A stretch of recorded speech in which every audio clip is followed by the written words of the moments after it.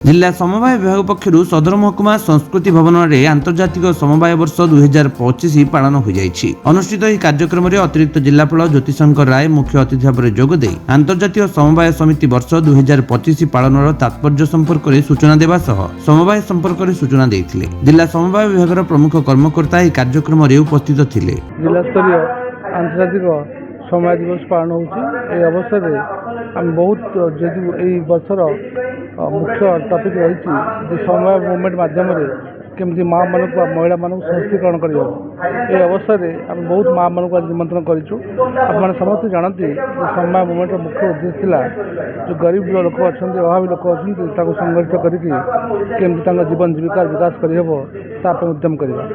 से परिप्रेक्षी में सरकार बहुत गुड़े स्टेप नहीं माँ मान केमती स्वावलम्बी करहब केमती आत्मनिर्भरशील करहब जिते सब डिपार्टमेंट सरकार काम कर हॉर्टिकल्चर हूँ एग्रीकल्चर हूँ फिशरी हूँ फरेस्ट हूँ सबू डिपार्टमेंट कोऑर्डिनेशन रे ये समवाय मूवमेंट माध्यम जिते सब अभावी गरीब लोक मैंने गाँव रोच केमती आम विभिन्न प्रकार आर्थिक अंतर्भुक्त करहब फाइनेंशियल तथा आमर सामाजिक इनक्लूजन नहीं आसी नहीं विकास घटे हम आज दिवस मुख्य उद्देश्य अच्छी से आम जो अच्छे आम समवाय संस्था अच्छी जिला स्तरीय निर्देश दिखाई सबू लाइन डिपार्टमेंट को प्रॉपर्ली अवेयर करेंगे एवं को डिपार्ट माध्यम कौन साहाय्य करहब माँ मान को देहब प्रति गोटे प्रॉपर ब्लू प्रिंट तैयारी करेंगे।